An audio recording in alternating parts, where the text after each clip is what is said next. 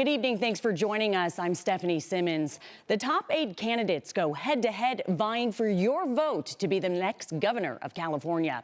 6 Democrats and 2 Republicans shared the stage at Pomona College for a 90-minute debate to make their case on the biggest topics affecting the state right now. News 8's Richard Allen is there live to break down the highs and the lows of tonight's debate. Richard, what were the biggest takeaways in your mind? Well, Stephanie, tonight's debate, as you can see behind me, just wrapped up. People are pouring out. The 8 leading candidates took the stage. They spoke on everything from education to environmental policy to insurance to healthcare. But the topic that dominated this debate at the first 30 minutes was affordability. Now, a new CBS poll finds that 64% of Californians do not believe that the California dream is within reach.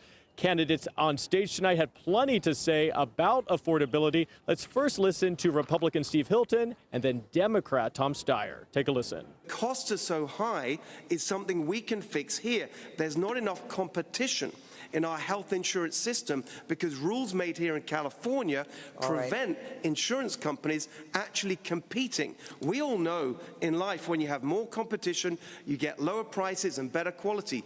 But the policies that we got going on in California prevent that. Healthcare is a right for every Californian, and long-term, the only way we can afford that is a single-payer healthcare system.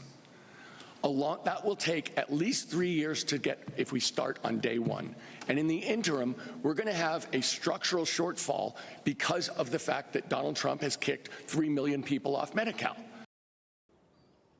Now, compared to last week's debate in San Francisco, this week's debate was definitely more heated. There were quite a few contentious moments in tonight's debate, many of them with Republican Chad Bianco taking on his opponent and also taking on the Democratic status quo here in California. Take a listen.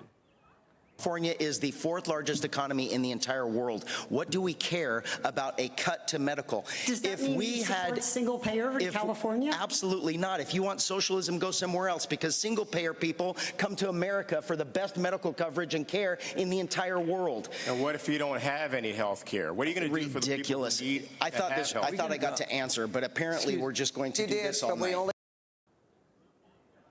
And also with the exit of Eric Swalwell from this race, Javier Becerra, our former attorney general here in the state of California, has seen his poll numbers skyrocket from the single digits to 13% today. Today at the debate, he floated the idea of freezing home insurance rates. Take a listen to that.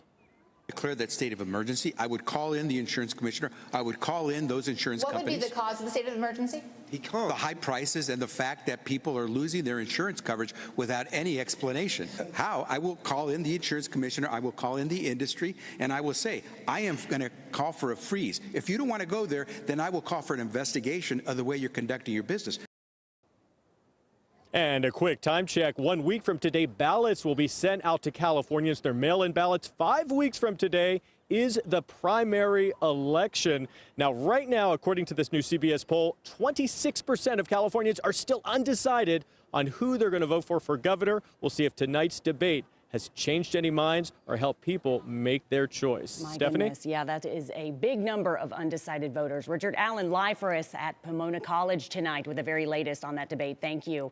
And sticking with the big night in California politics, political analyst Wendy Patrick is here to break down the biggest moments and what it could mean for voters. I know you don't have an earpiece in, so you couldn't hear what Richard was talking about, but they mentioned health care, and they also mentioned the state of emergency. We'll get to that in just a second. But Wendy, so glad you're with us. I want to talk about the first theme that they talked about in this debate right off the bat, which affects all Californians: affordability. In fact, they ran a new poll. 64% of registered voters are not confident they can afford anything here in our state. That's a staggering number. And, you know, I have to say it's probably even higher than that, affordability. And you notice every single candidate had an idea.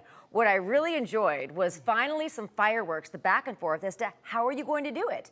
Everybody's got an idea. They practiced it. They have their sound bites. But it's the how that matters to viewers, and viewers are voters. The viewers that watch that debate have all of these issues. They can't afford a house. They can't afford to live here.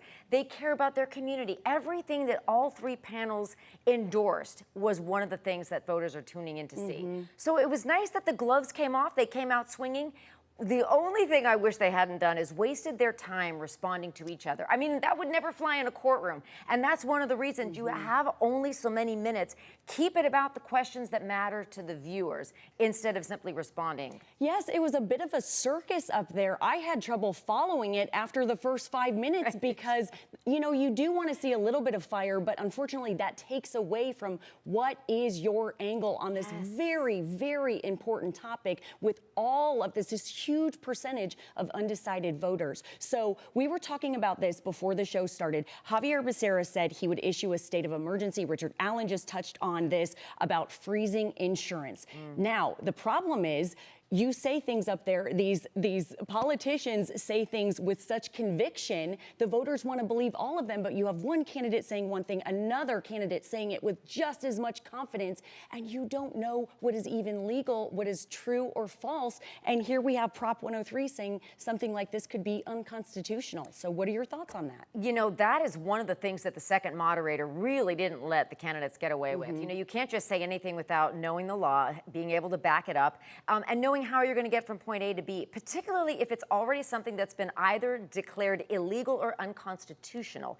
Now, here's the gray area. Now, there are lots of politicians that know the law. I mean, you heard Javier Becerra talk about his experience, but there's always a room to change. There's always a new referendum, a new proposition. So it's not necessarily true that if one court said you can't do something, that there wouldn't be an opportunity to change that, to sort of have that narrow way to get that accomplished. But the politicians have to know how to say that. Now, I have to say, you know, Steve Hilton had a leg up with as many years as he's been a Fox News host. They always say that to his detriment, yet he was able to articulate a vision in some sense where some of the other politicians kind of got around to it more to the end. See, and the British charm always helps. But that's the thing. I want to talk about this because you want to hear, first and foremost, their stance on everything. Yes. But when you have decorum and you are respecting the rules, unfortunately, sometimes you get lost in the shuffle. I myself did not know enough about Tony Thurmond coming into this, and I think a lot of people can say the same thing, and he was being respectful, and I feel like maybe he got lost in the mix.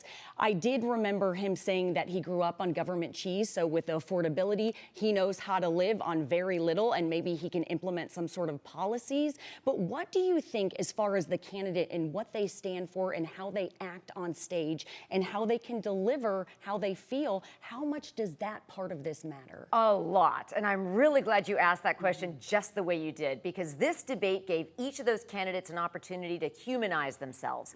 You'll notice that they all shared their upbringing.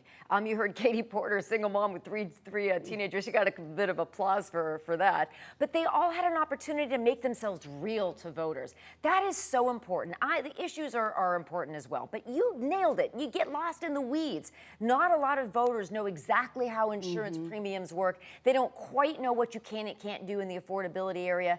They aren't even 100% sure what those propositions stand for that you heard these numbers flying around the stage. The voters care about how are you going to make my life different? And in that fashion, each of them had a chance to do that. Some took advantage more than others, but voters do identify with candidates as people first. And that's what some of the candidates had an opportunity to capitalize on tonight.